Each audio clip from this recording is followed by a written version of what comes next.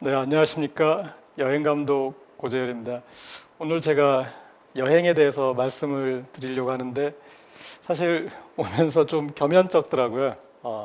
지금 코로나가 재확산하고 있는 국면에 여행 불가 시대에 여행에 대해서 얘기한다는 게 좀 부담스럽긴 하지만, 그런데 우리가 또 따지고 보면은 여행에 대한 얘기를 하는 건 한참 일할 때, 힘들 때, 그때 휴가 어디 갈 거야? 하면서 우리가 또 기분 전환 하잖아요.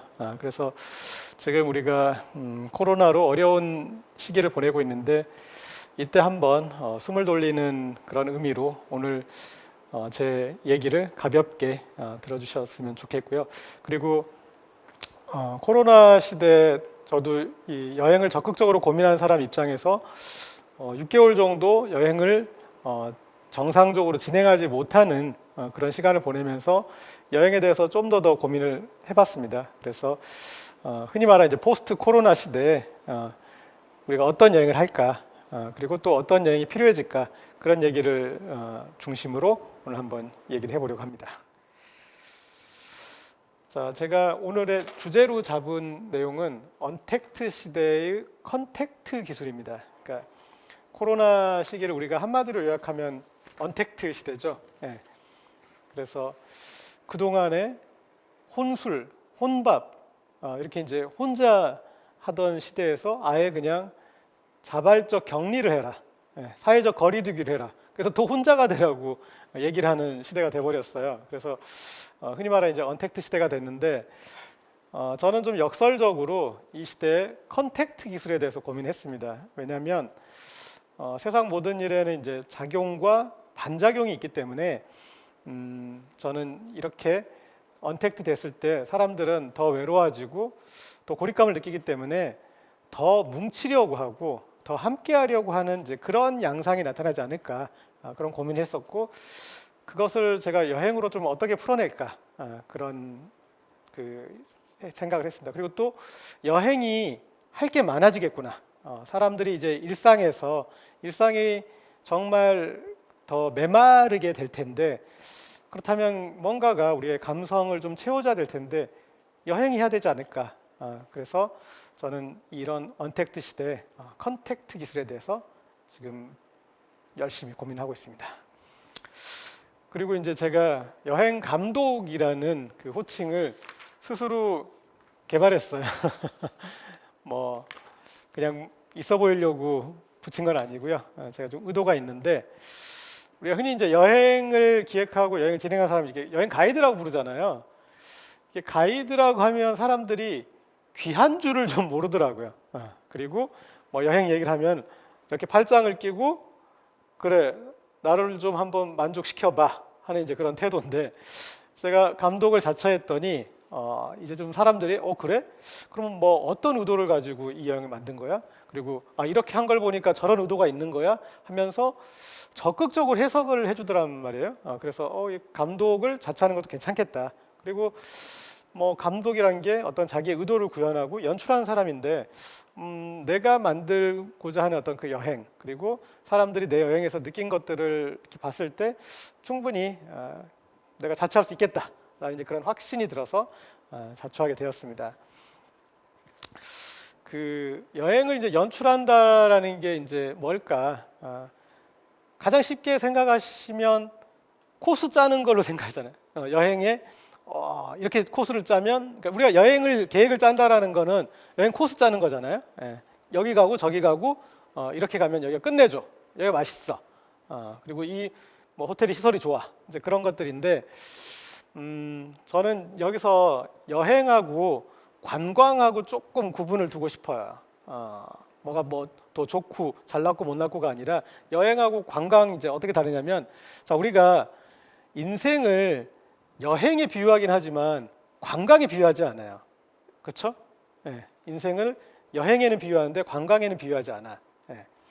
여행에서 관광은 빠질 수 없는 요소입니다. 여행을 전체적으로 봤을 때 어떻게 보면은 우리가 이제 레스토랑에서 코스 요리로 보자면, 여행에서 관광이라는 부분은 거의 뭐 메인 디시라고도 할 수 있어요.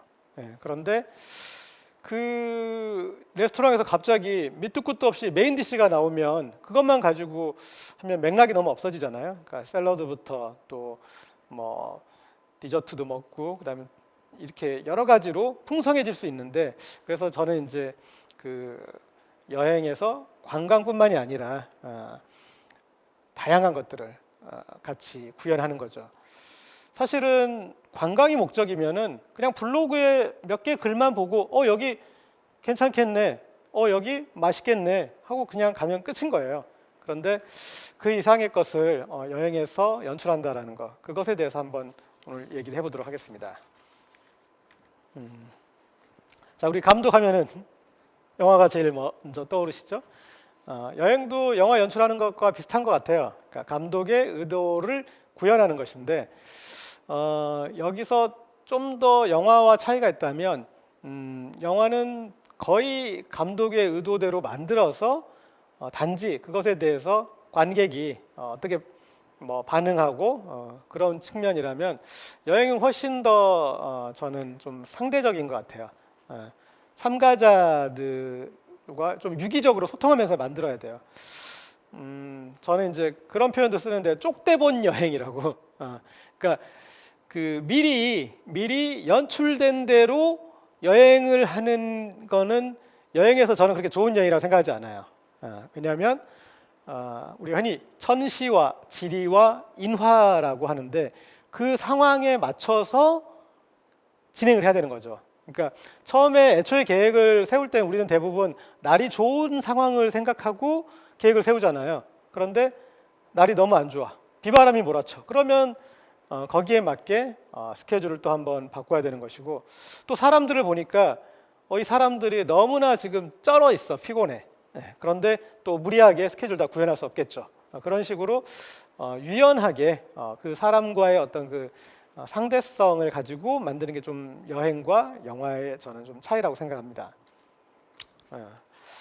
자, 제가 이제 여행 감독이 된 이제 이유를 말씀드리면, 간단하게 말씀드리면 너무 재밌어서 그래. 너무 재밌어서. 제가 이제 만드는 여행에 사람들이 아침에 단체 버스에 온단 말이에요. 전날까지 아주 일에 쩔어서 혹은 술에 쩔어서 이렇게 와요. 그리고 그들 대부분은 서로 몰라요. 그래서 버스에 올라타면 그들을 보면 저는 되게 숨이 턱턱 막혀요. 왜냐하면 마치 이 어시장에서 그런 거 혹시 보신 분 있으신지 모르겠는데, 이 냉동 생선, 생선 그 상자에 완전 얼음으로, 그 생선과 생선을 얼음으로 꽉 채운 그 이제 냉동 생선들이 그 모습 그대로 앉아 있는 거예요, 그 버스에. 그런데 여행을 마치고 그 생선과 생선 사이에 얼음이 다 녹고, 그리고 그들 사이에 MSG가 들어가서 그들이 너무나 맛있는 매운탕이 되어 있는 모습을 보고 너무 재밌던 거예요. 그리고 예전에 한번 아주 간단한 섬 여행이었어요. 그냥 1박 2일 섬 여행이고, 그리고 그 섬은 사실 항구에서 배로 10분만 들어가면 되는 그런 섬인데, 그 저녁 때 이제 저녁 먹고 밤에 살아온 얘기도 하면서 또 자기 자신에 대한 얘기도 하면서 이 여행에 대한 소감도 얘기하는데, 그 사람들 얘기를 제가 하나하나 들어보다 보니까 그런 생각이 들었어요. 좀 건방진 얘기가 될 수 있지만 내가 예수인 것 같다. 수고하고 짐진 자들이 다 내게로 와 있네 하는 그런 생각. 그래서 이렇게 현대인들이 삶에 지쳐 있구나. 그리고 또 사람을 만나는 재미를 놓치고 있었구나. 그런데 여기 와서 안식을 얻고, 내 여행에 와서 안식을 얻고 또 사람을 알아가는 그런 재미를 느낄 수 있다면 뭔가 할 만한 일이지 않을까. 그래서 과감히 뛰어들었습니다. 그리고 그러면 여행 감독이 되기 위한 준비. 제가 이제 여행 감독이란 걸 창직한 거잖아요. 직업을 창작한 건데, 그러면 이제 어떤 준비가 필요할까? 근데 저는 좀 지나고 났더니 제가 기자로서 일했던 게 상당히 도움이 됐어요. 왜냐하면 기자의 일 중에 하나는 취재거든요. 그러니까 우리가 여행지를 어떻게 취재하고 와서 정말 필요한 것들만 쏙쏙 빼먹을 수 있어야 되잖아요. 기자 취재가 그런 거예요. 그러니까 두루 취재를 하되 기사에 쓰는 거는 정말 필요한 것들만 쓰는 거거든요. 그래서 저도 답사를 가도 두루 본 다음에 정말 필요한 부분만 제 여행에 써먹고, 그리고 또 하나 중요한 게 섭외. 기자들도 아주 섭외가 중요한데, 섭외가 어떤 사람이 되느냐에 따라서 그 사람한테서 좋은 내용이 나오느냐, 그게 결정되거든요. 그러니까 그분이 너무나 별 볼 일 없는 사람이면 아무리 내가 질문을 잘 던지더라도 좋은 답변이 나올 수가 없는 거죠. 그러니까 좋은 답변을 할 수 있는 사람을 찾아서 섭외를 해야 되는데, 그런 능력들이 여행에서도 좀 필요했다. 그래서 저는 이제 제 직업의 연장선상에서 그 여행 감독을 해석을 했습니다. 그리고 그 기자일 때 이 팸투어를 많이 다녔어요. 초대받아서 가는 여행인데, 사실은 뭐 되게 기존의 그런 패키지 여행보다 훨씬 더 대접받는 여행이거든요. 그분들이 자신들을 홍보하기 위해서 만든 여행이니까 숙소도 일반 여행보다 더 좋은 곳으로, 음식도 더 맛있는 것으로, 그리고 뭐 기념품도 이렇게 많이 주고. 근데 그런 여행을 제가 따라갔는데 저는 그게 그렇게 재미가 있지 않았어요. 남이 만들어준 그 밥상에 그냥 숟가락 얹는 게 재미가 없더라고요. 그리고 감동도 없고. 그리고 그런 팸투어를 다녔는데, 그렇게 따라간 여행은 여기가 거기 같고 거기가 저기 같고 이게 헷갈리는 거예요. 감동이 별로 없는 거죠. 그래서 그냥 조그만 여행이라도 저는 제가 만들어 봤어요. 그래서 만들어 봤더니 그 사람들이 제가 차린 밥상을 받아 먹는 모습을 보면서 너무나 즐거운 거죠. 재밌는 거죠. 그래서 이거 재밌네 하다가 이제 점점점 밥상이 거해지겠죠. 그래서 이제 외국으로 나가기 시작했어요.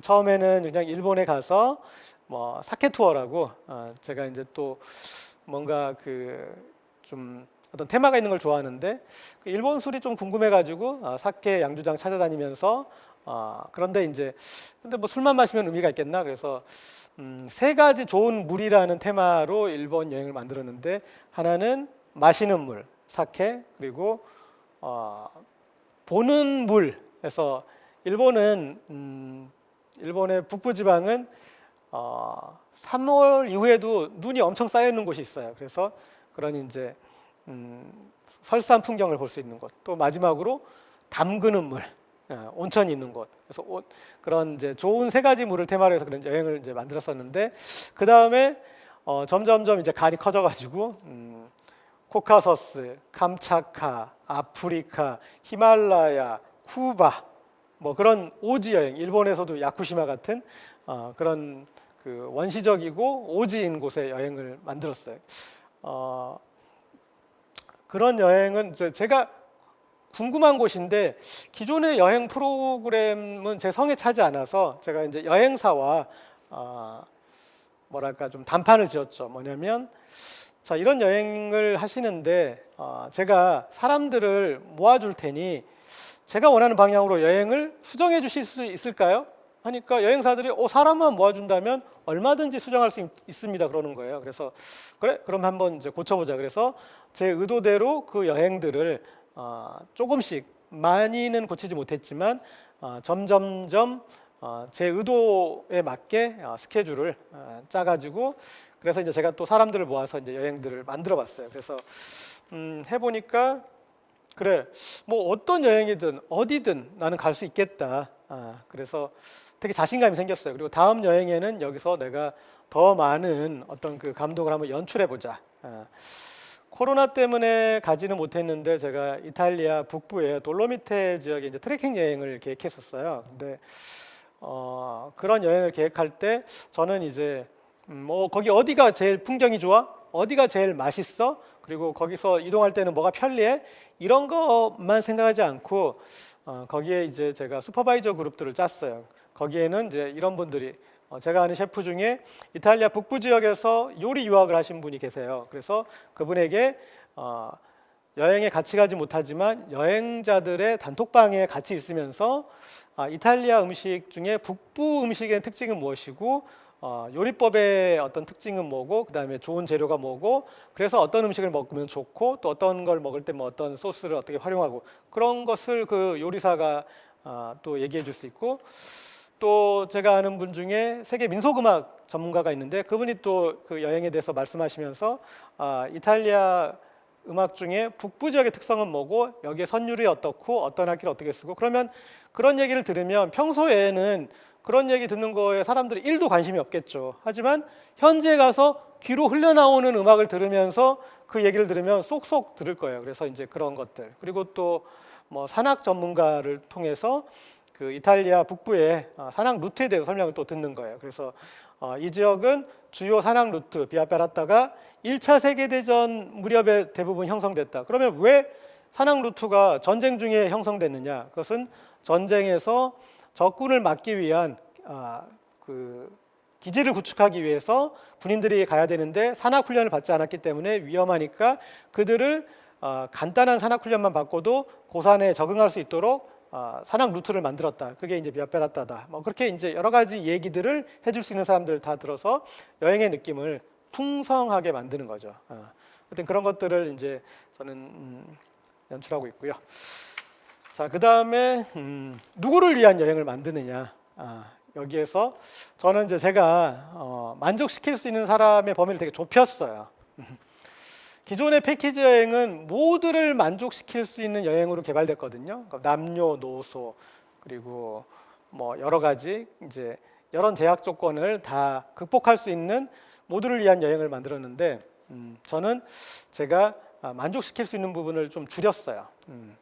자, 이 얘기 앞서 패키지 여행 얘기 하나만 더 하자면, 그러면 뭐 제가 만든 여행이 패키지 여행에 비해서 우월하느냐?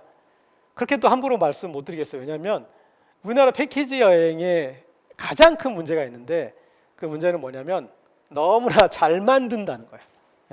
너무 잘 만들어서 그냥 같이 여행을 가는 사람은 숨만 쉬고 있으면 다 먹여주고 재워주고 보여줘서 모든 걸 해결해줘요. 세상에 그런 여행이 없죠. 너무나 잘 만든 여행이에요.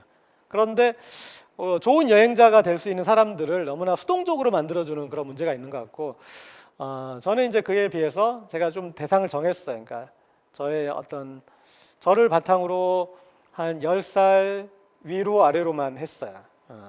왜냐하면 보니까 대한민국이 많이 좀 갈라져 있더라고요, 이미.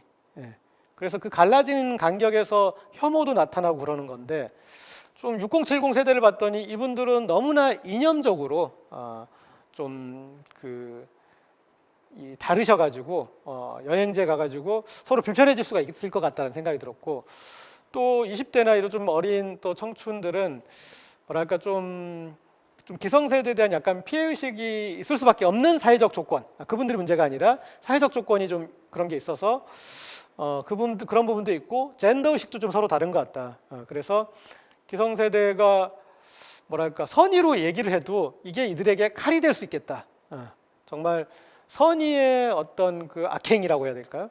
그런 게 벌어질 수 있어서, 그러니까 어떤 얘기를 그 기성세대는 저기 당신 잘 되라고 하는 얘기야. 청년 당신 잘 되라고 다 그렇게 해주는 얘기야 라고 하는데, 그분한테는 그게 칼이 되고 비수가 될 수 있는 그런 좀 괴리가 있는 것 같아서 30대부터 좀 사회생활을 어느 정도 시작한 그 30대부터 50대까지 이 정도로 제가 이제 좀 저는 세대를 제한해서 고민을 했었습니다. 그리고 또 하나 이제 얘기할 수 있는 게 뭐냐면, 그 여행에 대한 담론이 많아요. 여행서도 많고 또 여행 작가분들이 좋은 여행서도 많이 펴냈는데, 그것들을 좀 보다가 저는 또 어떤 생각이 들었냐면 내 얘기는 없는 것 같다. 그러니까 그 여행에 대한 얘기들이 모두가 20대에 좀 집중돼 있었어요. 그래서 20대의 도전 혹은 자기 발견, 그런 키워드로 여행에 접근하는데, 40대인 나한테 도전, 자기 발견, 그게 그렇게 의미가 있을까? 우리가 뭐 도전을 못해서 나한테 문제였나? 저는 이미 성과를 가지고 있는 사람인데. 그리고 자기 발견도 내가 나를 몰라서 문제가 아니야. 난 내가 나를 아는데 그 내가 좀 싫을 뿐이야. 그래서 이 사회생활 한참 하고 있는, 그러니까 20대는 사회생활을 잘하기 위해서 어떤 그 사회적 체력, 정신력을 기르기 위해서 뭔가가 필요한데 그 기초 과정으로서 여행이 기능할 수 있는 도전 혹은 자기 발견 의미가 있지만, 전 30, 40, 50 세대 여행에서는 어떤 보상과 힐링이 더 큰 의미가 있지 않나. 그리고 여행 가서 정말 아무것도 안 하고 싶고 쉬고 싶고 보상받고 싶고 치유받고 싶은 그런 심리가 강하지 않나. 그래서 저는 이제 이 세대의 여행에 대해서 고민했습니다. 그리고 그리고 대부분의 여행서들 그냥 다 혼자 호련히 떠나라고 훌쩍 떠나라고 얘기를 하는데 그게 쉽지가 않아요. 예. 우리 사회생활 한참인 분들은 또 가족을 부양하거나 봉양하거나 제 입장이 그래서 그런 건지 모르겠지만 그런 상황이기 때문에 호련히 혼자 떠날 수가 없어요. 제가 여행 감독을 자처하는데 결혼한 이후로 저는 혼자 해외여행을 취재 목적이 아닌 그냥 여행 목적으로 해본 적이 없어요. 네. 그런데 저는 대한민국의 대부분의 저와 같은 입장의 중년 남성 비슷한 거라고 생각해요. 그러니까 그 혼자 가면 좋은데 그 기존에 나온 여행서들은 다 혼자 간 사람이 그 혼자 간 여행에 대해서 얘기하고 혼자 떠나라고 얘기하잖아요. 근데 그거 자체가 사실 권력인 거거든요. 이렇게 떠날 수 있다는 것 자체가. 그럴 수 있는 사람이 20%밖에 안 되는데 사람들은 80%의 여행이 그거라고 착각을 해요. 그래서 여행은 이 떠날 이유가 필요해요. 떠나는 핑계. 저는 그래서 그 핑계들을 개발을 했습니다. 그 핑계가 그 중에 하나 이제 좀 네트워킹이에요. 현대 사회에서 네트워킹이 많이 필요하잖아요. 그런데 그래서 여러 가지 소셜 서비스들도 많이 개발됐어요. 뭐 독서를 통해서 네트워킹이 되기도 하고 또 같은 취미 활동을 하면서도 네트워킹이 되게 여러 가지가 되는데 제가 보니까 그 네트워킹 중에 가장 강력한 것이 저는 여행이라는 생각이 들었어요.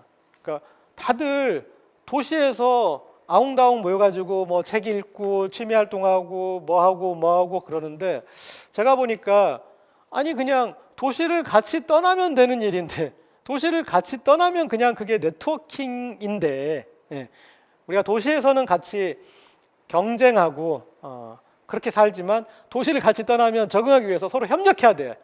서로 얘기해야 되고 그 다음에 도시에서는 남의 얘기 들어줄 경황이 없어요. 지금 내 일, 내 문제, 내 숙제를 풀어야 되기 때문에. 그런데 여행을 가면 내 일과 내 문제와 내 숙제로부터 해결됐기 때문에 남의 얘기를 들어줄 수 있어요.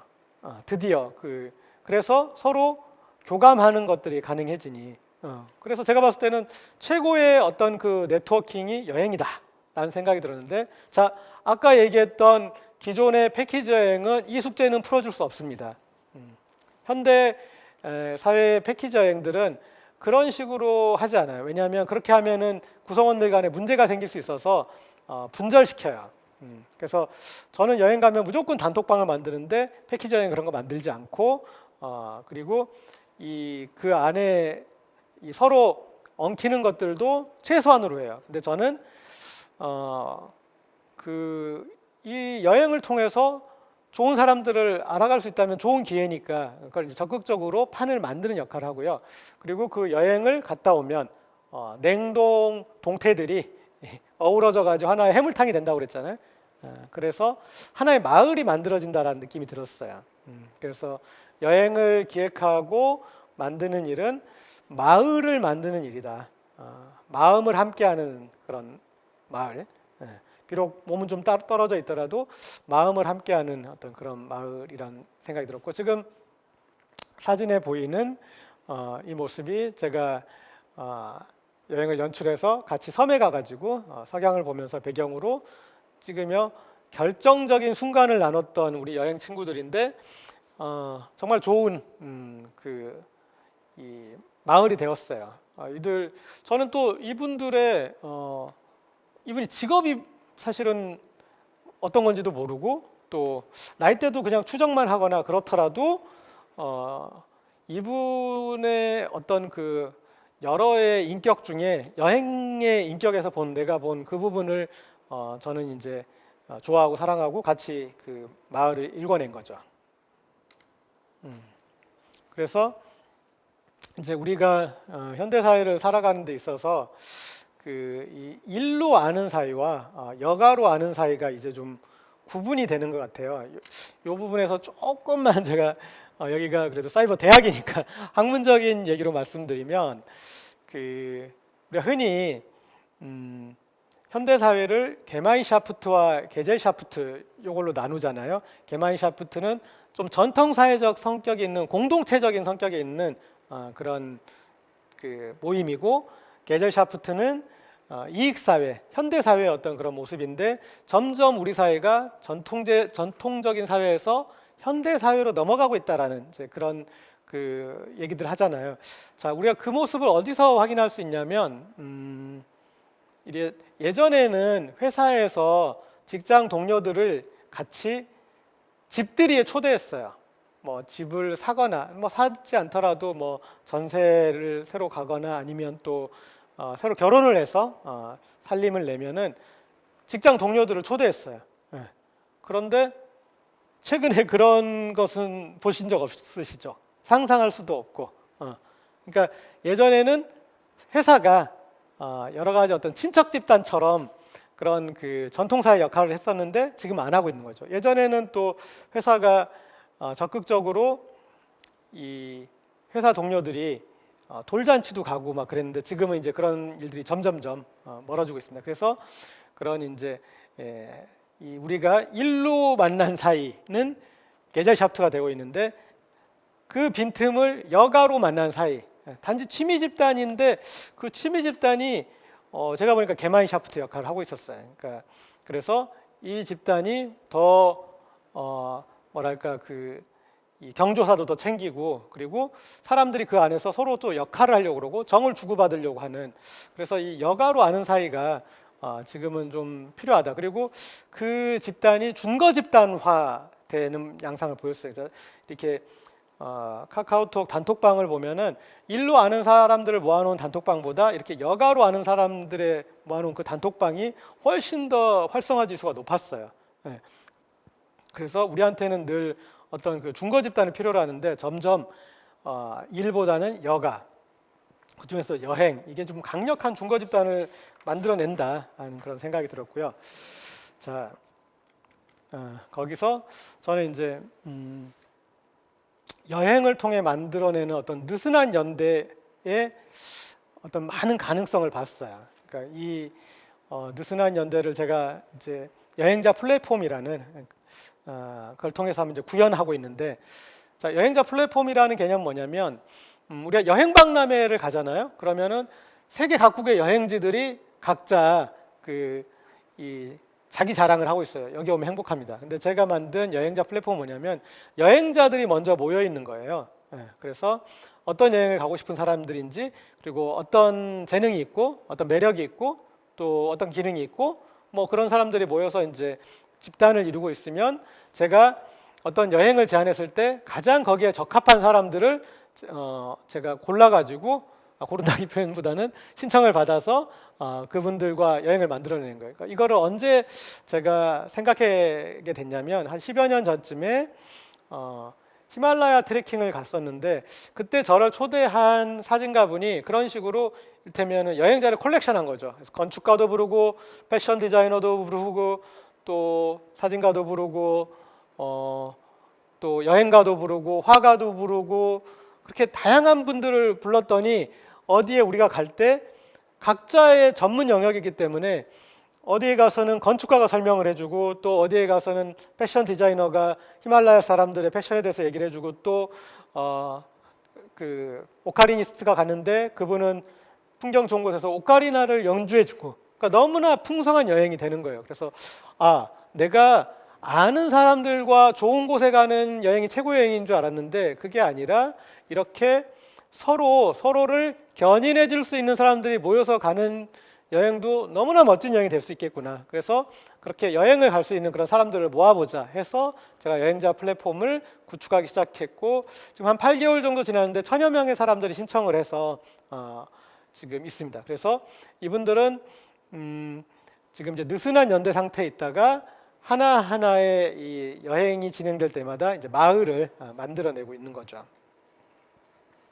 제가 얘기했던 아까 그런 이제 그 현대인의 집단의 성격을 얘기했는데, 아까 얘기했던 게마인샤프트가 점점 게젤샤프트가 되고 있고, 그리고 그래서 고립되는 이 현대인들은 소외를 느끼기 쉬워요. 소외. 예. 그래서 거기서 나타나는 현상들이 이제 저는 이제 좀 그런 농담들 하는데, 당신 이 여행 오기 참 잘했다. 여기서 와서 재밌는 사람들, 좋은 사람들 어울렸는데 그렇지 않았으면 당신 사이비 종교에 빠졌을 거야. 당신 너무 외로워 보였어. 그래서 여기에서 자신의 존재를 알아주고, 또 자신을 위로해주고, 자신을 챙겨주고, 이야기를 들어주고, 또 자기가 이야기를 주는 사람이 되고, 그런 역할을 만들어낼 수 있는 어떤 그 집단을 만들어내는 어떤 그런 그 계기를 여행이 이제 제공을 했는데, 그래서 저는 이제 그 현대인의 소외를 극복하는 아주 중요한 툴 하나로 이런 이제 그룹 여행, 이거를 제안하고 싶습니다. 자, 아까 얘기했던 그 얘기하고 좀 이제 겹치는 부분인데, 지금 이제 소셜 플랫폼들이 너무나 많은데, 저는 그 부분을 보면서 조금 안타까웠어요. 이 사람들이 낮에는 일하느라 열심인데 밤에는 또 관계 맺게 하느라 이렇게 열심이구나. 이렇게 밤낮으로 이렇게 열심히 살 일인가? 그래서 그렇게 관계 맺기는 같이 여행을 하면 얼마든지 너무나 쉽게, 당연하게, 일부러 노력하지 않아도 오히려 관계를 안 맺기가 힘든데, 그래서 현대의 그 관계 맺기라는 중요한 숙제를 내가 풀어줄 수 있겠다. 그리고 제가 이제 기자를 하면서 많은 사람들을 만났고, 또 문화부 기자를 오래 해가지고 그런 문화예술계의 사람들을 많이 만났고, 또 저는 SNS 활동을 블로그, 트위터, 페이스북, 인스타그램 계속 열심히 했거든요. 그래서 SNS를 통해서 또 만난 사람들도 많고, 그리고 또 제가 소셜 디자이너 역할을 많이 해서 소셜 프로젝트를 많이 했어요. 뭐 기적의 책꽂이니 여러 가지. 그래서 그런 와중에 많이 만났던 정말 다양한 사람들이 있는데, 그 중에서 제가 괜찮은 사람들을 미리 준비를 시키는 거죠. 그 사람들을 제 여행에 초대해서 제가 여행에서 검증한 사람과 또 인생을 통해서 검증한 사람들을 모아놓고, 그 수고하고 짐진 현대인들, 소외된 현대인들, 분자화된 현대인들이 와서 언제든 오면 만족할 만한 사람을 만날 수 있게 이제 그런 플랫폼을 구축해 두는 거죠. 이론적으로는. 물론 사람이 사는 곳이라 얼마든지 또 다툼도 있고 갈등도 있고 뭐 이 안에서 서로 삐치기도 하고 뭐 그런 일들이 벌어지는데, 어쨌든 저는 이제 그런 구조를 한번 그려보았습니다. 자, 그러면 이제 이 30대와 40대, 50대, 저는 그냥 제가 이들만 좀 고민을 하려고 했어요. 그리고 사실은 처음에는 더 좁혀가지고 내가 같이 그 경험을 공유한 내 또래에, 지금 한 40대 중후반에, 거기서부터 그럼 좀 아래 40대 초반까지, 또 한 50대 초반, 거기만 하려고 그랬어요. 그래서 그냥 우리만 아는 정서가 있잖아요. 그러니까 우리 응답하라 1988을 보면은 저건 내 얘기야 하는 이제 그 세대. 응답하라 1994에서 1988까지의 그 사이에 있는 이들을 바탕으로 한 이제 그들을 위한 여행을 좀 고민하는데, 그래, 고민하는 마당에 조금만 더 넓혀보자 해가지고 그냥 30대부터 50대까지 했고요. 그러니까 이들이 특징이 뭐냐면, 아까 얘기했던 너무나 잘 만든 그 패키지 여행의 주된 이용자들이죠. 근데 이분들은 특징이 있습니다. 뭐냐면 이분들 마음속에는 이분들 또한 나도 한비아야, 나도 토니 힐레처럼 그런 그 여행가야. 그런데 뭐 올해 내가 뭐 2주 휴가가 있어. 그러면 그 연초에는 내가 올해 그 2주 휴가, 멋진 휴가, 정말 자유여행, 나만의 홀로 여행할 거야. 이렇게 하다가 업무에 치다 보면은 처음에는 막연하게 여기 가야지 저기 가야지 이렇게 해야지 저렇게 생각하다가 업무에 치다 보면 별로 구체적인 기획을 잘 못하다가 항공권 예약도 못하고 있다가 어느 대목에 가면은 이거 어떡하지, 그러다가 보면은 이미 패키지 여행에 그런 게 있고, 그럼 패키지를 한번 가볼까 하고 고민하는 와중에 갑자기 집에서 아니 당신 혼자가? 그럼 우리하고 애들은 어떻게? 그럼 당신만 여행 가는 사람인가? 그래서 아니지 같이 가려고 그랬어 그러면서 갑자기 자신의 여행은 없어지고 또 어떤 그 자유여행도 사라지고 그냥 가족이 같이 갈 수 있는 화목한 패키지 여행을 하다가 이렇게 가게 되는 그래서 너무나 바쁜 나머지 그 여행의 기회가 오더라도 그것을 구현해내지 못하고 패키지에 굴복해버리는 그 세대들이 있는데 저는 이제 이들에게 그렇다면 그런 레디메이드 된 어떤 이 패키지를 가실 거라면 그러면 우리가 좀 더 우리한테 맞춘 걸 같이 만들어 보자 하는 이제 그런 구상을 가지는 거죠. 그래서 이제 이런 제가 제열 투어라는 이름을 붙인 사람들 이 표정이 정말 해맑지 않나요?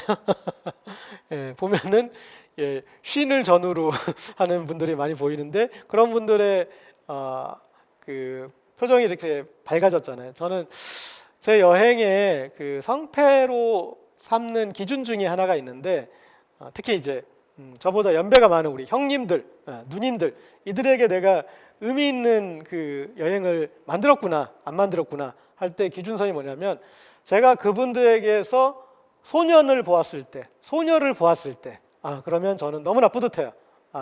이들에게 의미 있는 순간을 내가 부여했구나 라고 해서 이제 그런데 제 여행을 같이 갔다 온 사람들의 표정이 이렇습니다. 자, 오늘 이 댓글들 좀 한번 읽어드릴게요. 예. 그래서 자, 이렇게 칭찬들을 많이 해주셨네요. 예. 그래서 저보고 멋지다라고 얘기도 해주시고 제가 조금 이 평소보다 여행을 다니면서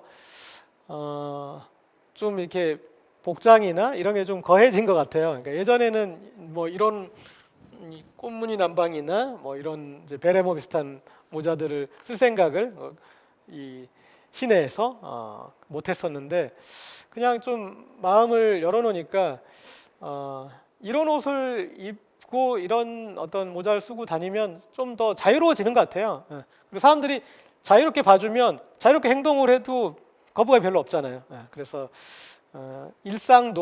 일상을 여행으로 사는데도 좀 이제 도움이 되는 것 같아서 그런데 어쨌든 자 여기에 우리 아는 분이 또 댓글 달아주셨군요. 진선미 쌤께서 소년 소녀가 되는 기분 너무 행복한 것 같아요라고 말씀해 주셨는데 이 지금 진선미 쌤 같은 경우는 아이 넷을 키우는 어머니세요. 그러니까 그래서 그 여행의 상상력을 발휘할 때 당연히 아이들 4명을 데려가는 여행을 고민하시겠죠. 그러면 그 여행은 시작부터 사실은 좀 숨이 막히는 거죠. 4명을 건사해야 되고 그러면 또 4명이 또 나이대도 또 다른데 성별도 다른데 그러니까 그러면 그 애들을 만족시키느라고 본인을 위한 어떤 여행에 어떤 숨을 쉴 수 있는 구석을 만들기가 쉽지 않겠죠. 그런데 이제 여행을 오시고 과감하게 이 혼자 여행에 오셔가지고 자기만의 시간, 자기를 좀 발견할 수 있고 또 자기에게 좀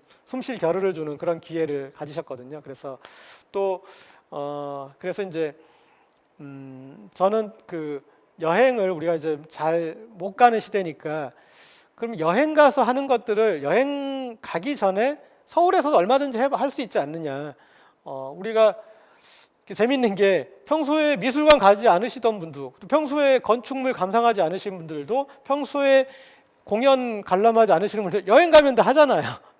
그래서 여행 가면 그 문화예술 본인의 역량을 이렇게 확장하는데 그런 거라면 마치 우리가 올림픽에 출전하는 선수들이 태릉 선수촌에서 기초 체력과 어떤 그 운동 연습을 하듯이 여행에서 하는 것들을 서울에서 할 수 있지 않을까 해서 이제 그런 것들을 서울에서 한국에서 이렇게 이제 하고 있는데 그중에 우리 진서미 쌤은 처음에 이제 등산을 한번 따라오셨어요. 근데 우리 이제 이 등산을 아주 정말 낮은 산이고 쉬운 산이었는데 너무 힘들어하셨어요. 예. 그러면서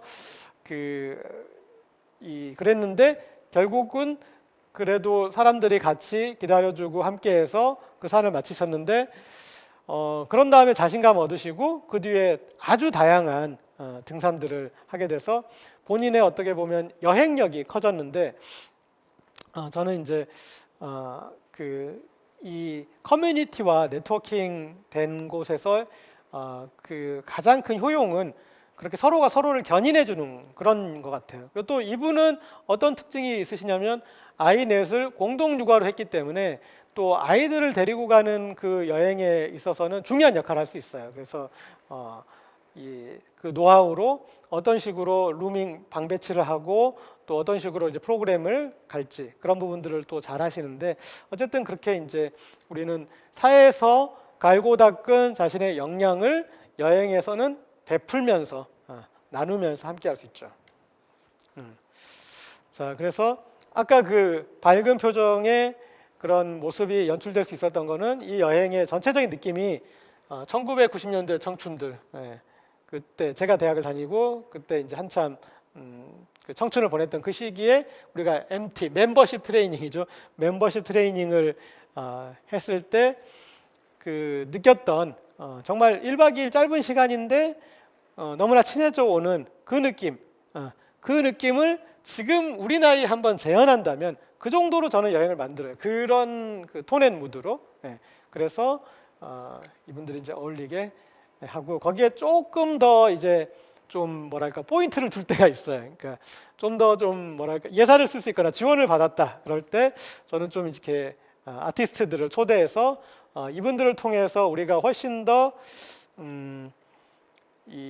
더 고양된 어떤 시간을 보낼 수 있게 그렇게 하는데 저는 이제 제가 문화부 기자를 좀 오래 했었거든요. 기자 생활하면서 그때 우리가 예술을 어떻게 향유할 것인가에 대한 고민을 했었는데 여행에서 제가 그 숙제를 좀 풀고 있어요. 그러니까 뭐냐면 제가 이제 그런 뮤지션들 초대해서 아주 그 간단한 버스킹 같은 것들을 만드는데 거기서 주안점을 두는 게 그 예술의 장소성 문제 그리고 예술가의 관계성 그리고 어떤 창작의 맥락성 이런 부분들을 이제 극대화하려고 하는데 예술의 장소성이란 건 그 장소에서 너무나 절묘한 어떤 그런 것일 때 우리는 큰 강렬한 임팩트 있는 느낌을 받거든요.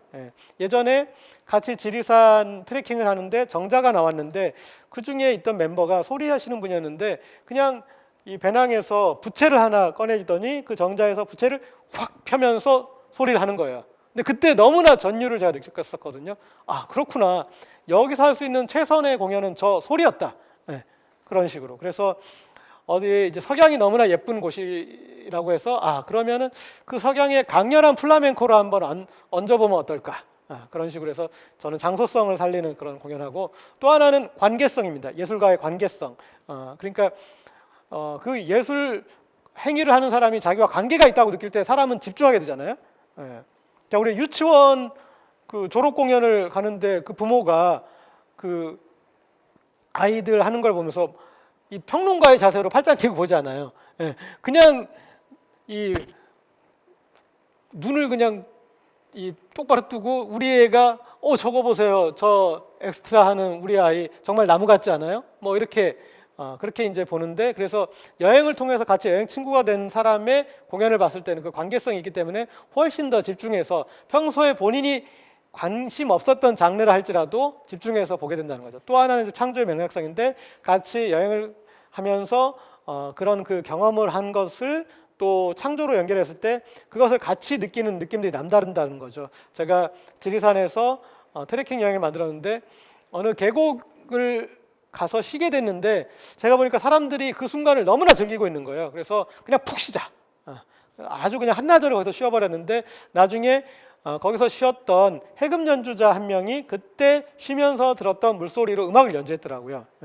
그래서 음악을 작곡했어요. 그래서 나중에 이제 또 같이 사람들 나눌 수 있었는데 그렇게 어떤 그 창조의 맥락도 같이 할 수 있다라는 장점이 있죠. 자, 그 다음에 이제 제가 또 이 여행을 재밌게 하려고 또 여행의 핑계이면서 명분, 그냥 간단하게 얘기하면 핑계인데 또 좋게 얘기하면 명분인데, 그걸 하기 위해서 만든 게 이 사진에 있는 이 캐리어 도서관입니다. 이 캐리어 하나하나가 도서관이 되는 거예요. 지금 저 캐리어에 책들이 차 있습니다. 사람들이 안 쓰는 캐리어에 본인이 이제 다 읽었거나 안 읽는 책들을 넣어서 기증하면은 그 사람 이름의 도서관이 되는 거죠. 그러면 저는 그것을 국내에 있는 여러 오지나 아니면 지금 코로나 때문에 보내고 있지 못하지만 해외에 이제 보내게 되는 거죠. 그래서 제가 이제 이 캐리어 도서관을 구축하고 있는데, 이 캐리어 도서관이 저한테는 엄청난 그 여행의 명분이 되는 거죠. 왜냐하면 그 여행지에다가 저것을 구축하기 위해서 간다라고 하면 사람들이 그냥 뭐 풍경만 보고 뭐 맛있는 것만 먹으러 가는 여행보다 훨씬 더 의미 있는 여행으로 받아들이지 않겠습니까? 그래서 제가 이제 이 캐리어 도서관 프로젝트를 하고 있고요. 저는 제가 재미를 추구하는 것에 상당히 고민을 많이 했는데, 어떤 게 진짜 재미있는 것인가 이렇게 했을 때 잠깐 재밌는 거는 뭐 의외로 많은데 계속 재밌기는 쉽지 않아요. 영원히 재밌는 건 없어요. 어떤 것도. 그래서 그 재미를 더 지속하는 걸 고민했어요. 일본 음식 중에 일본인들이 고민한 것 중에 어떤 게 있냐면, 맛있는 거를 어떻게 하면은 더 지겹지 않게 맛있게 먹을까를 일본인들이 고민을 많이 하거든요. 장어를 더 맛있게 먹기 위해서 생강을 먹고 뭐 여러 가지 이제 그런 그 툴들을 쓰는데, 저도 이게 계속 재밌으려면 어떻게 해야 되지? 그 고민의 총체가 저는 의의였어요. 의미. 재미에 의미를 더하면 지속 가능하다. 세상에 영원히 재밌는 건 없지만 의미는 시효가 없다. 아까 그래서 그 캐리어 도서관도 제가 이 코로나 와중에 차근차근 하나씩 구축하고 있는 이유도, 그렇게 의미를 가지면 계속 여행을 해야 되잖아요. 그래서 때로 매너리즘에 빠지거나 뭔가가 그냥 시큰둥할 때도, 그래 그때는 그냥 의무적으로 한번 책 캐리어라도 날라볼까 하면서 여행을 가면서 저는 또 쌓아온 그런 이제 저의 이 캐리어 도서관의 어떤 구축된 걸 보면서 또 기운을 얻을 수도 있고요. 이 캐리어 도서관의 이제 출발점은 제가 예전에 기적의 책꽂이 프로젝트를 했었어요. 이것도 이제 소셜 프로젝트인데, 사람들한테 안 읽는 책들을 우리가 안 쓰는 장소에서, 그리고 또 사람들이 또 자원봉사를 해줄 여력이 있는 사람들이 와가지고 같이 이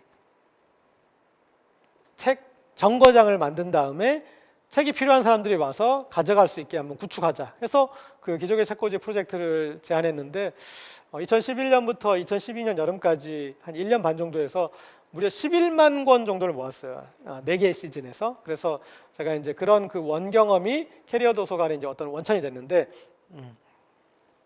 이 캐리어 도서관을 통해서 저는 이제 구현하려고 하는 게 너무 허황되게 들릴 수도 있겠지만, 세상에서 가장 큰 도서관, 세상에서 가장 넓은 도서관, 세상에 가장 빠른 도서관을 저는 좀 할 수 있다고 봐요. 세상에서 지금 가장 큰 도서관이 미국 의회 도서관인데 아마 장서가 1,700~800만 개 돼 있을 텐데, 저는 이제 이렇게 캐리어로 순환되는 도서관이 있다면 그 안에서 정말 이 강의실 정도의 공간만 가지고도 저는 순환시켜서 더 큰 도서관을 만들 수 있다고 생각하고, 그리고 넓은 도서관이란 건 그렇게 이 책정거장을 거쳐간 책들을 그 사이버 도서관으로 구축하면은 가장 넓은 도서관을 또 보여줄 수 있다. 그 다음에 세상 어디에든 가잖아요. 저희 캐리어 도서관들은, 책 캐리어는. 그러면 그냥 가장 넓은 도서관이 될 수 있고, 그리고 또 가장 빠른 도서관으로 언제든 기동성 있게 캐리어들이 나르기만 하면 이제 도서관이 되는 거죠. 일단은 지금 우리가 코로나 국면에서 제가 아주 적극적으로 못해서 4군데 정도 구축했습니다. 통영 욕지도에 어떤 그 조그만 빵집에 구현했고, 그리고 평창의 산더미 목장이라는 흑염소 목장에 구현했고, 또 태안의 백리포에 있는 빈집, 자연농화라는 그 빈집에 구현했고, 또 문경에 단산이라는 활공장이 있는데, 그 활공장에 있는 그 휴식 공간에 또 구축을 해서 누군가 그 공간에 가신 분들은 여기서 정말 책 한 권 읽으면 너무나 좋겠다 하는 그 공간에 제가 이미 캐리어 도서관을 갖다 놓았어요. 그래서 그분들은 거기서 이제 책을 읽을 수 있게 되는 거죠. 자, 이제는 좀 실전 여행의 어떤 그 연출의 노하우들 좀 말씀드리도록 하겠습니다. 혹시 또 궁금하신 게 있으면 제가 이 댓글로 남겨주시면 답변 드리겠습니다. 일단은 제 연출의 이제 여러 가지 노하우인데, 아까 얘기했던 30대, 40대, 50대들을 대상으로 하는 이 여행에 대해서 이 여행들은 좀 어때야 될까 할 때 제가 이제 수많은 여행을 진행해 본 다음에 그냥 뭐 3가지 정도의 우리의 어떤 그 매뉴얼이라고 하기도 좀 그렇고 우리의 어떤 그 공감대를 하나 만들어 놓자. 이게 3가지. 하나가 간섭하지 않는 결속력, 또 하나는 불편한 사치, 마지막 하나는 선을 넘지 않는 배려. 이게 30대, 40대, 50대 사회생활을 아주 열심히 하는 그런 사람들의 이 여행에서 이 3가지 정도의 마인드를 가지고 같이 여행을 하면은 서로 좋은 시간을 가질 수 있겠구나 하는 이제 그런 내용이고요. 이 간섭하지 않는 결속력이라는 이게 상당히 저는 중요하더라고요. 그러니까 그 기존의 패키지 여행은 제가 보니까 좀 그 안타까웠던 게 너무 거기서 일정을 빽빽하게 해놓다 보니까 그래서 이 성인들을 유치원생들처럼 이렇게 몰고 다니는 느낌이었어요. 그래가지고 그거보다는 좀 더 좀 여유 있게, 다 성인이잖아요. 그리고 또 우리 그 여행지들이 여행지는 보통의 장소보다는 좀 더 안전한 경우가 많거든요. 그러니까 본인의 좀 여지를 좀 만들어 보자 했을 때 간섭하지 않는 결속력이 좀 필요한 대목은 있어요. 여행에서 좀 어쨌든 그 효율을 위해서 같이 행동해야 되니까 그럴 때는 이제 하더라도 자기만의 좀 그런 시간을 갖게 했고요. 그 다음에 이제 제가 좀 주입하려고 하는 그 내용 중에 하나가 불편한 사치입니다. 그러니까 아주 좋은데 그걸 아주 편안하게 우리가 쏙 빼먹을 수 있는 경우는 상당히 드물어요. 그러니까 좋은 건 비용이 있어요. 그러니까 이를테면은 너무나 멋진 오로라를 보려면 너무나 추운 곳에서 견뎌야 하고 그렇게 이제 여러 가지 그 여행에서는 그런 불편함이 있는데, 필요 없는 불편함은 줄이고 이건 정말 꼭 필요한 불편함이고 우리가 감당할 만한 게 있어. 그럴 때 이제 어떤 것을 그렇게 불편한 사치를 감당할지 그런 이제 판단들이 좀 있어야 하고요. 그 다음에 이제 요게 이 현대인들한테 되게 중요한 것 같아요. 선을 넘지 않는 배려. 그러니까 또 여행에 와서 너무 빨리 친해지고 너무 이렇게 좋아가지고 금방 가까워지는데 그러다 보니까 금방 또 문제가 생기더라고요. 그러니까 너무 빨리 마음을 놓아버리는 거지. 그런데 현대인들은 조금 더 선을 지켜주는, 배려는 뭐 얼마든지 더 할 수 있지만 저는 이제 선을 지켜주는 것들도 상당히 중요하겠더라고요. 그래서 그게 서로 같이 오래 갈 수 있는 비결이라서 그래서 저는 이제 요 3가지 정도를 중점으로 뒀고, 자 그래서 이 여행을 연출할 때 이제 또 주안점 두는 게 있는데, 아까 얘기했듯이 그 좋은 코스, 아주 멋진 곳, 아주 맛집, 그게 연출이 아니에요. 그건 아까 제가 얘기했듯이 여행이 아니라 관광을 연출할 때 주안점 두는 것이고, 여행이란 거는 설렘을 연출하는 거죠. 우리가 여행 갈 때 왜 기분이 좋아요? 설레기 때문이고, 그래서 그 여행 기획의 핵심은 설렘을 연출하는 거예요. 그러니까 어떻게 설렘을 연출하느냐 관건인데, 설렘은 어디서 오느냐? 저는 만남에서 오는 것 같아요. 만남. 그렇잖아요. 우리가 사랑하는 사람이니까, 좋아하는 사람이니까, 그 다음에 옛날에 친했던 사람이니까 만난다. 그러면 설레잖아요. 그래서 그런데 이제 여행에서 그런 사람과 사람과의 만남도 있지만 사람과 자연, 어떤 사람과 자연이 어떻게 만날 것인가, 또 인간과 문명, 이게 또 어떻게 만날 것인가. 그래서 그런 설렘을 연출하는 게 되게 중요하다고 생각해요. 아까 제가 천시와 지리와 인화라는 표현을 썼는데, 예전에 뭐 손자병법이나 뭐 그런 데서 작전 짤 때 천시와 지리와 인화를 다 고려해야 된다는 뭐 그런 얘기인데, 저는 이제 여행 때도 그런 것들을 좀 생각하거든요. 예. 그리고 뭐 제가 이 고려 사이버대학 이렇게 올라오는 길에 우리 경복궁, 그리고 여기 북촌 지역 있잖아요. 그러면 여기를 어떻게 여행을 설레게 만들 것인가 할 때, 저 같으면 여기에서는 이제 천시를 중요시할 것 같아요. 예. 어느 시간대 우리가 이 장소에 오느냐에 따라서 이곳이 주는 느낌이 달라질 수 있어요. 예.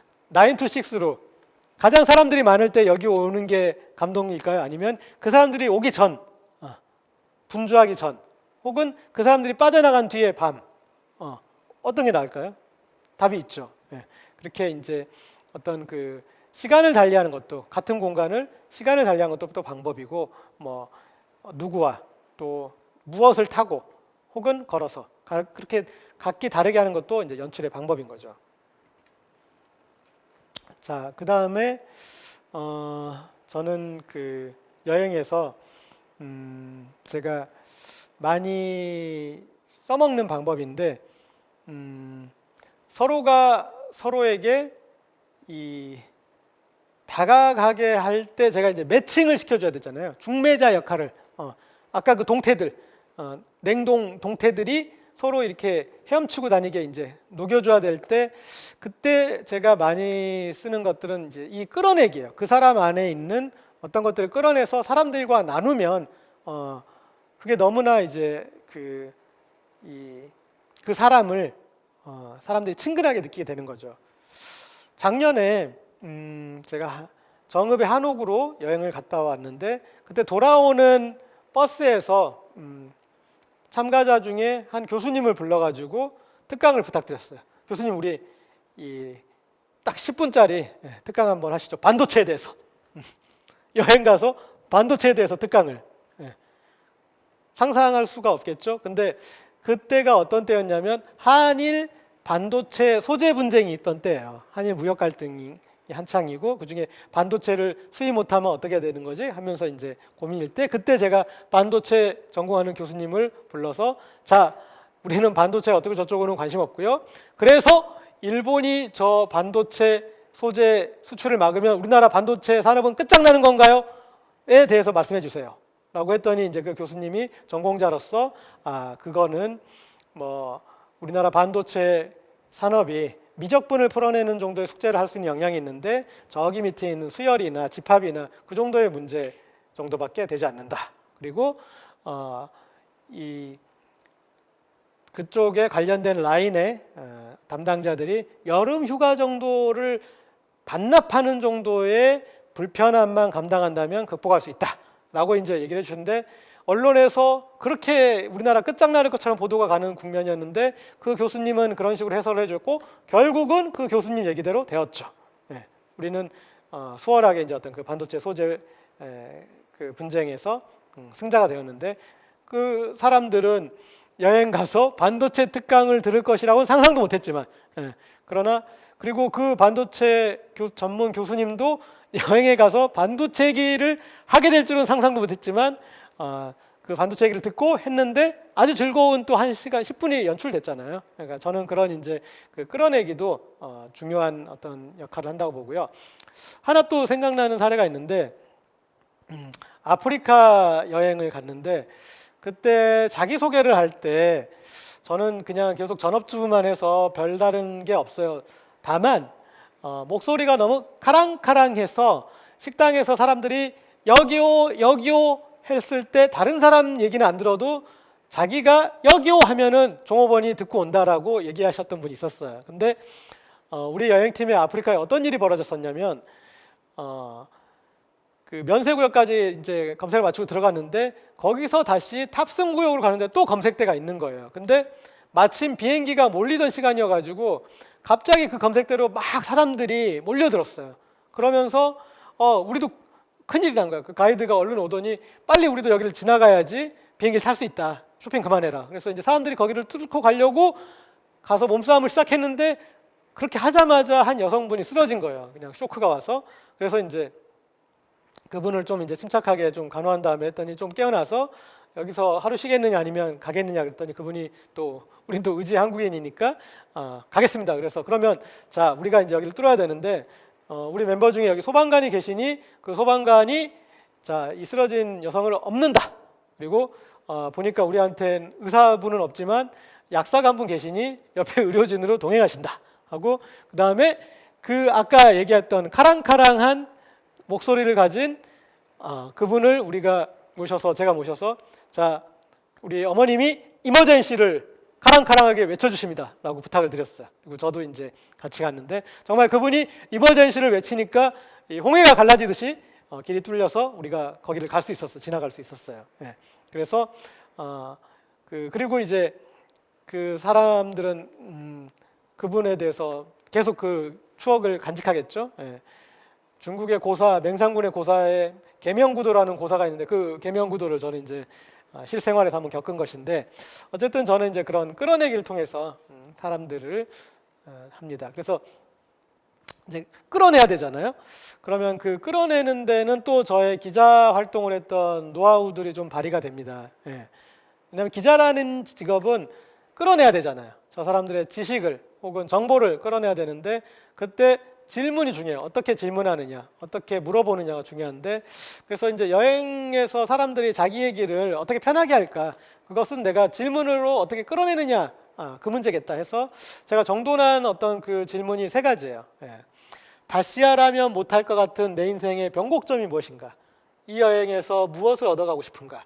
그리고 이 여행에서 다른 사람에게 기여할 수 있는 바가 무엇인가? 저는 이 세 가지 질문, 이거 다 던질 때도 있고 셋 중에 하나만 답하세요라고 할 때도 있는데 이 질문에 답하는 과정에서 자기 자신을 보여준다고 생각해요. 그리고 다른 사람들이 그 사람에 대한 이해의 폭을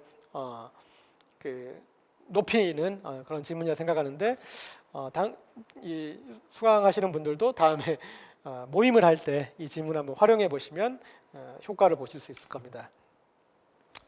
자, 그런데 그게 사람들 이렇게 모이면 갈등이 생기지 않느냐?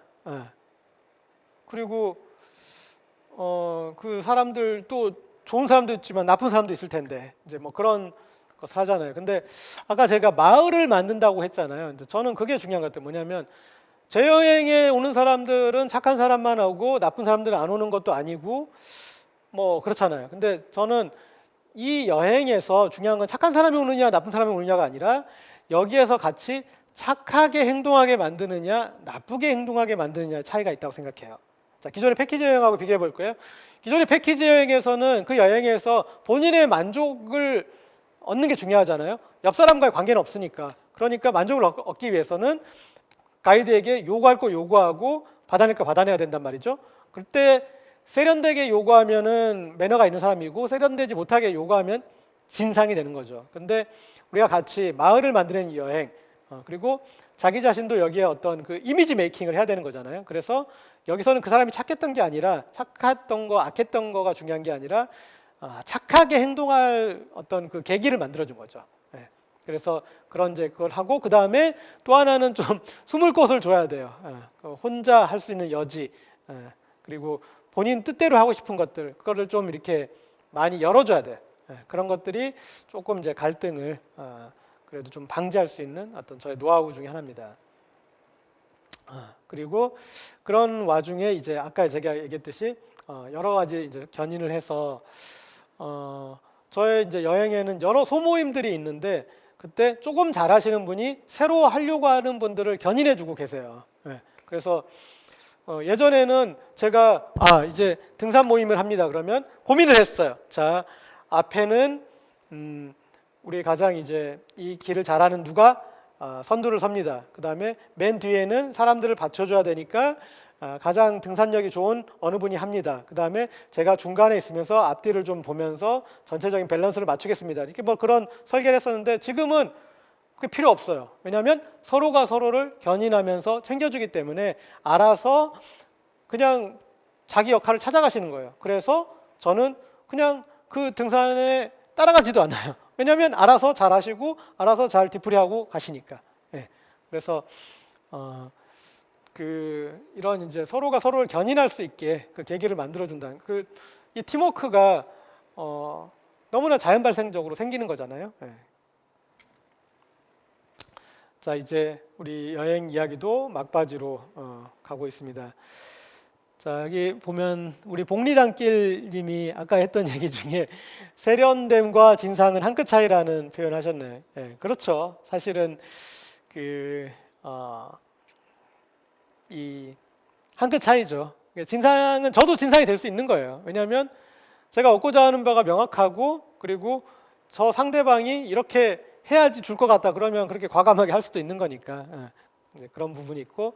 자, 저기 어딘가요? 서해 쪽인 것 같은데 맞습니다. 서해 쪽입니다. 그리고 서해는 언제 가야 되느냐?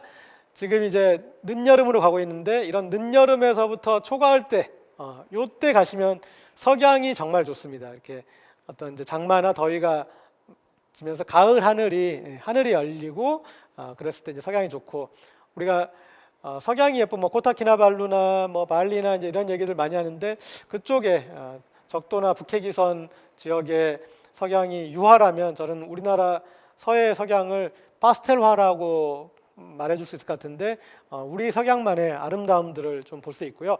또 그리고 이제 그런 8월 말 9월 초로 가면은 금어기가 풀립니다.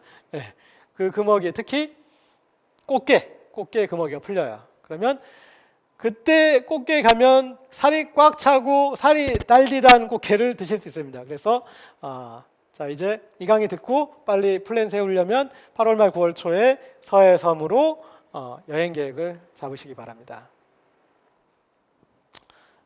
자, 아까 제가 섬 얘기를 했는데 저는 이제 어디로 여행을 갈 것이냐 하면은 무조건 섬을 추천합니다. 섬. 예. 사진은 우리나라 섬은 아닌 것 같아요. 예. 저는 그 섬 여행이 여행의 끝이라고 생각합니다. 제가 예전에 고흥의 연홍도라는 섬을 갔었거든요. 정말 간단한 섬이에요. 그러니까 배 타고 10분밖에 안 되고 아까 제가 말씀드렸던 수고하고 짐진 자들이 안식을 얻었던 그 섬인데 그 섬에 대학생들 데리고 간 적이 있어요. 근데 그 대학생들 데리고 갔는데 민박집에 갔더니 거기에 텔레비전이 브라운관 크기가 우리 집 브라운관보다 한 4배 정도 돼 보이는 것 같아요. 2배 있는데 제가 더 크게 느꼈는지 모르겠지만 4배 정도. 또 냉장고가 또 저희 집 냉장고 2배예요. 양문형으로.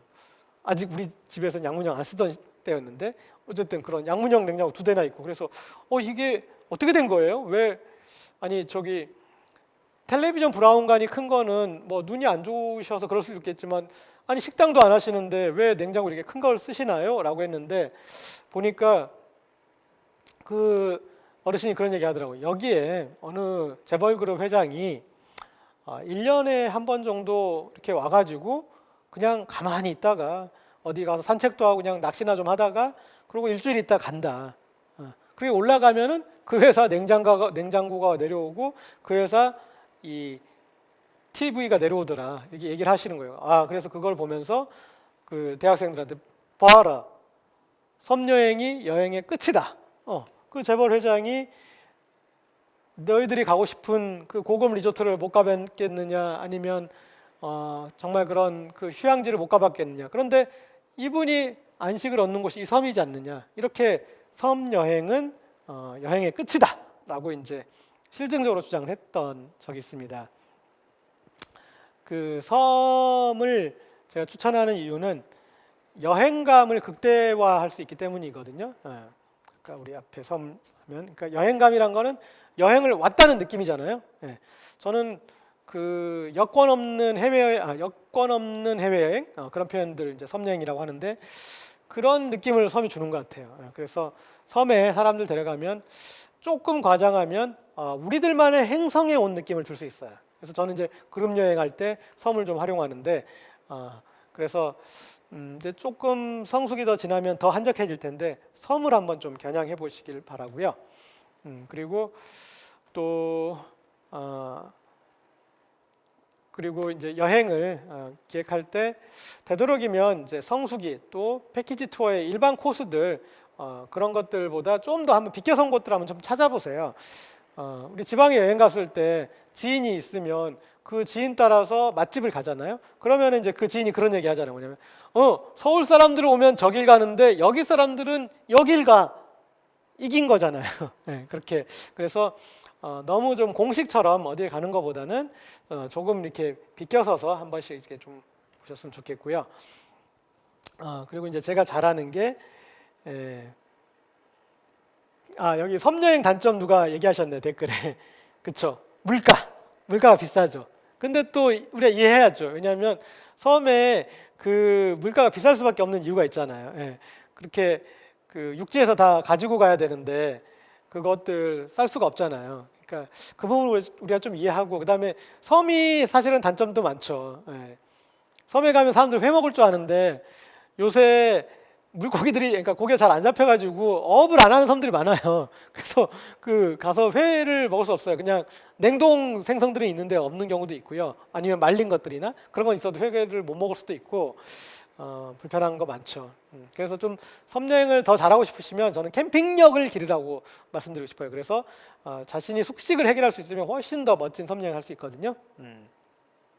자, 그리고 이제 제가 잘하는 이제 수제 패키지 여행 만들기. 그러니까 여러분들이 어쨌든 여행을 기획해야 될 수 있잖아요. 가장이면 가족 여행 기획해야 되고 또 회사의 워크숍도 기획해야 되고, 그럴 때 이제 어떤 여행을 만들면 좋은가. 그때 저는 이제 제가 하는 게 이 수제 패키지 여행 연출인데 왜 여행을 연출하는가, 왜 이 여행을 사람들이 가는가, 그 주제 의식을 잘 좀 고민할 필요가 있을 것 같아요. 그래서 그 주제에 맞게 현장의 자원을 읽고 한 방만 있습니다. 한 방만 잘 구현하시면 되고, 이제 거의 마지막으로 이제 간 얘기인데, 저는 그럼 저한테 여행이 무엇이냐, 여기서도 또 가장 그 기억에 남는 여행 이렇게 막 하시는데,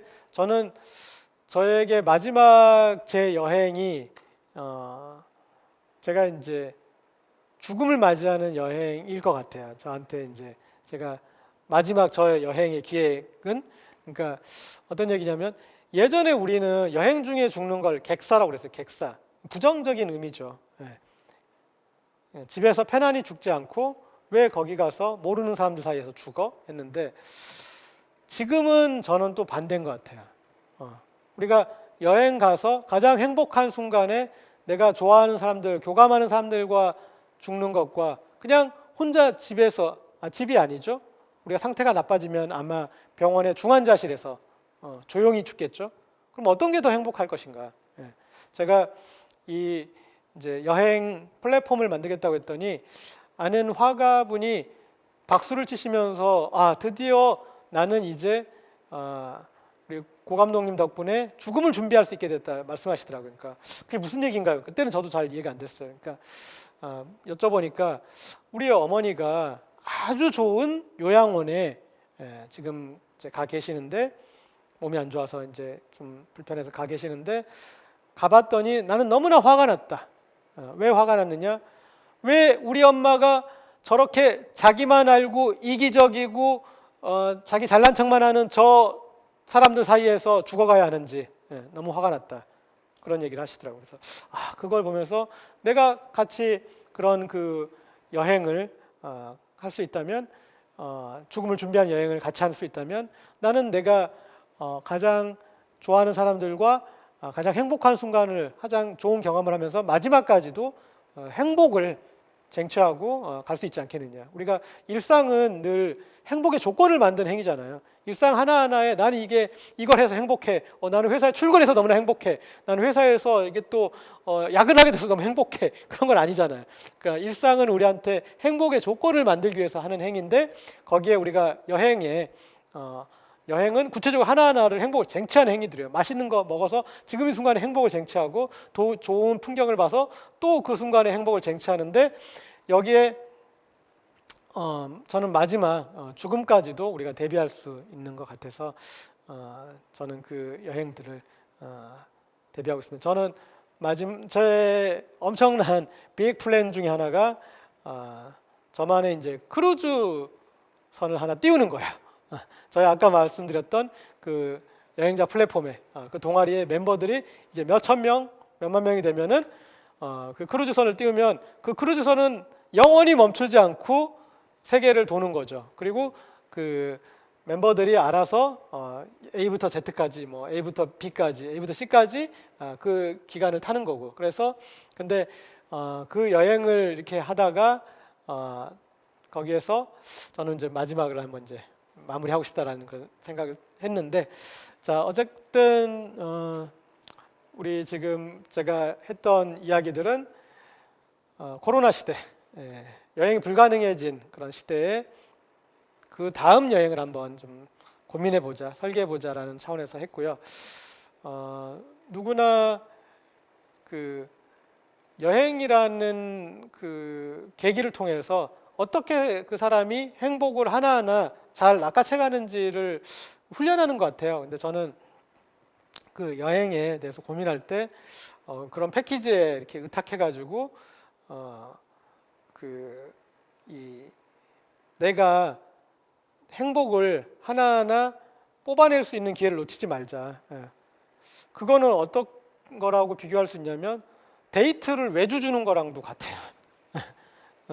데이트는 내가 해야지 재밌는 거잖아요. 그러니까 여행에 대해서는 본인이 직접적으로 하시길, 그런 표현을 하고요. 그 다음에 여행이 너무나 사람을 만날 수 있는 좋은 계기다. 현대인들은 사람에 지쳐 있고 사람들한테 좀 소외되어 있는데 그때 뭔가 마음을 열고 서로 도와주고 견인하고 할 수 있는 너무나 좋은 기회다. 그래서 그걸로 또 여행을 활용하시라. 저는 제 여행의 연출학을 말씀드리자면 그걸로 가름하려고 합니다. 자, 늦은 시간까지 들어주셔서 감사하고요. 다음에 여행의 길에서 오늘 청취하셨던 분들 뵐 수 있었으면 좋겠습니다. 감사합니다. 특히 댓글 달아주신 분들 너무나 감사드리고, 네, 여기 또 여행의 핵심은 항상 그 지역 사람들과의 만남 아니었나 싶습니다. 이렇게 했잖아요. 그러니까 사실은 그 만남도 미리 설계되어 있으면 또 재밌어요. 그래서 저는 이제 그 지역 분들을 거기에 이제 좀 절묘하게 넣는 것들 많이 고민하고 있는데 그런 여행들 하면 재밌죠. 자, 오늘 여기까지 하도록 하겠습니다. 멋진 여행 하시기 바랍니다. 감사합니다.